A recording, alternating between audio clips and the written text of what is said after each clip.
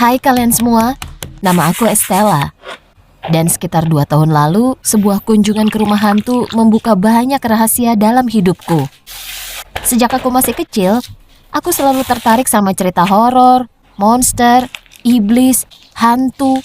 Itu semua seru buatku. Itu membuat aku merasa kayak ada misteri di dunia yang belum diketahui. Ibuku bilang waktu aku masih 4 tahun, aku menggali di halaman kami dan menemukan tengkorak anjing. Aku lari ke ibuku sambil memegang tengkorak kayak Hamlet dan bilang, "Lihat ibu, kita panggil dia apa ya?" Dan ini terus berlanjut. Waktu aku umur 16, aku sudah lumayan gila. Aku biasanya gampang bosan sama orang. Itu loh gosip anak SMA dan sebagainya. Jadi aku bikin semua kencan pertama aku sama cowok itu di rumah kosong. Pertama, ini bakal jadi pengalaman yang asik dan seru buatku. Dan aku bisa lihat apakah dia penakut.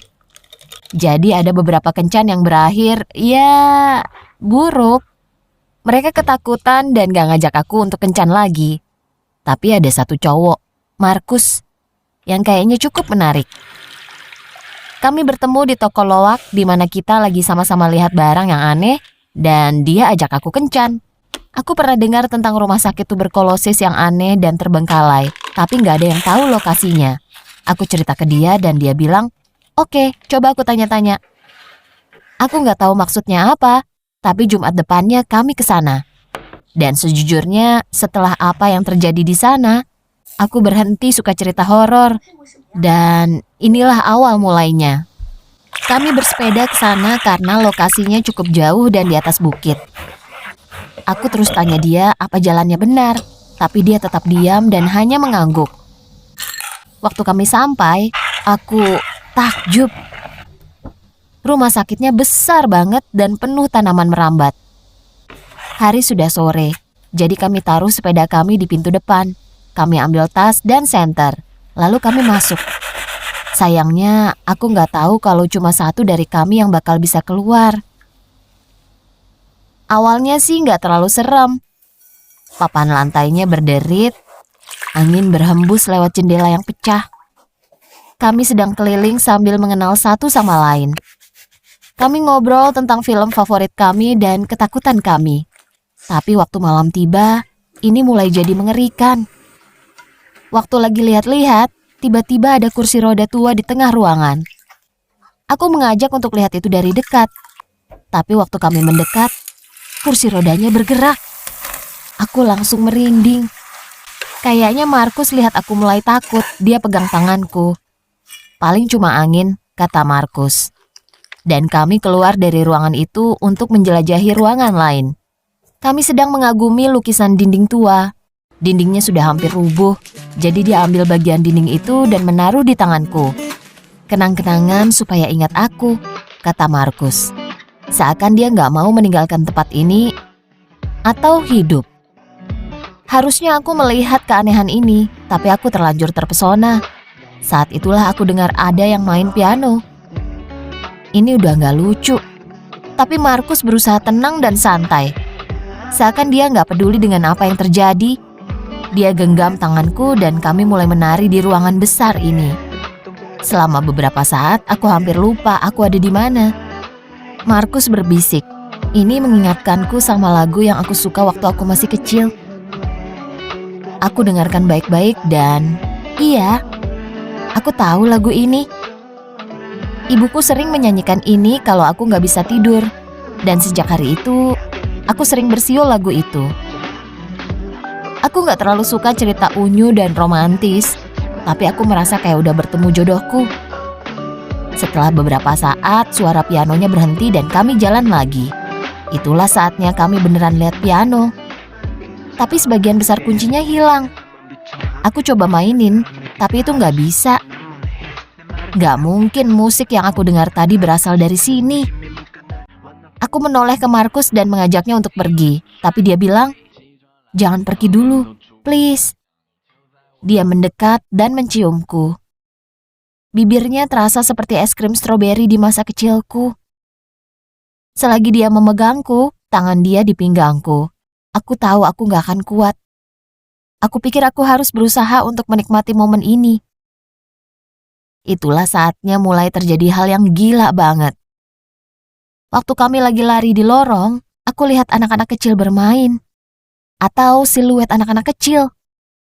Mereka lagi lari-lari dari satu ruangan ke ruangan lain sambil tertawa. Sepertinya mereka lagi main petak umpet. "Hei!" Aku teriak. Berharap kalau anak-anak itu nyata.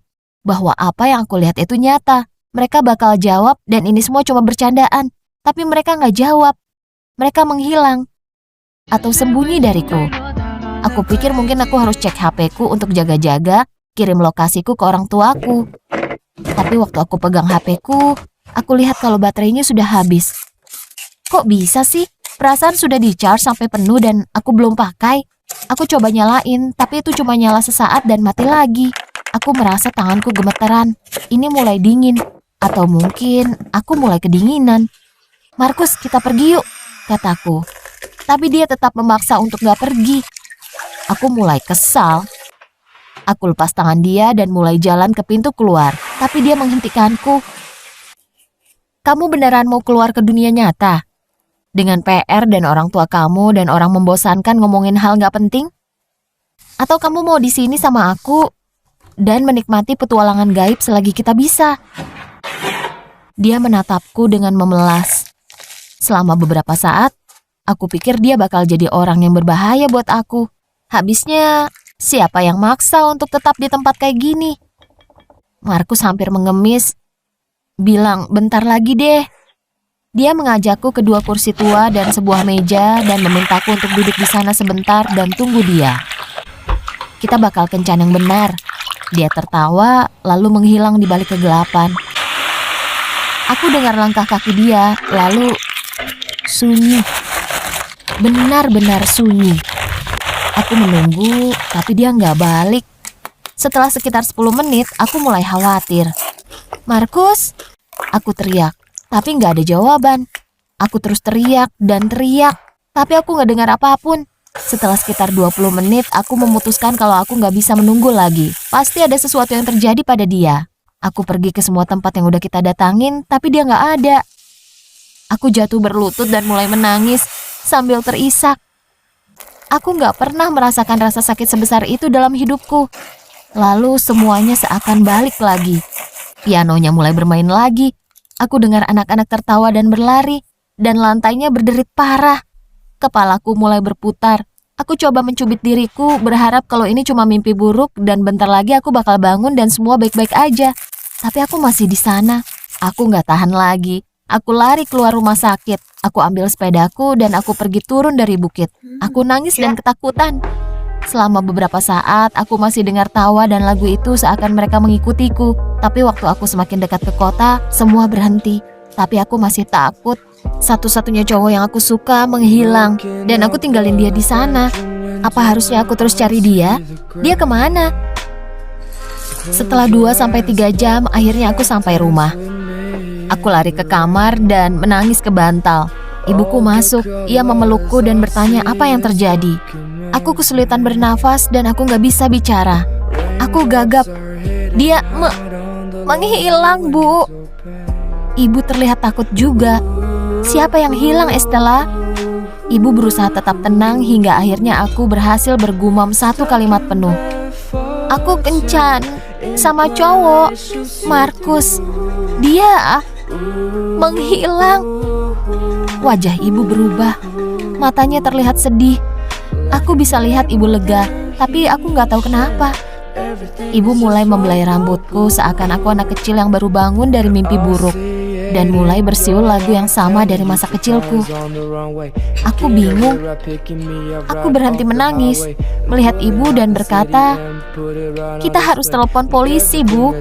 Ini serius." Ibu tersenyum kecil dan menatap mataku sambil bilang, "Gak harus. Mereka gak akan bisa menemukan Markus. Gak ada yang bisa."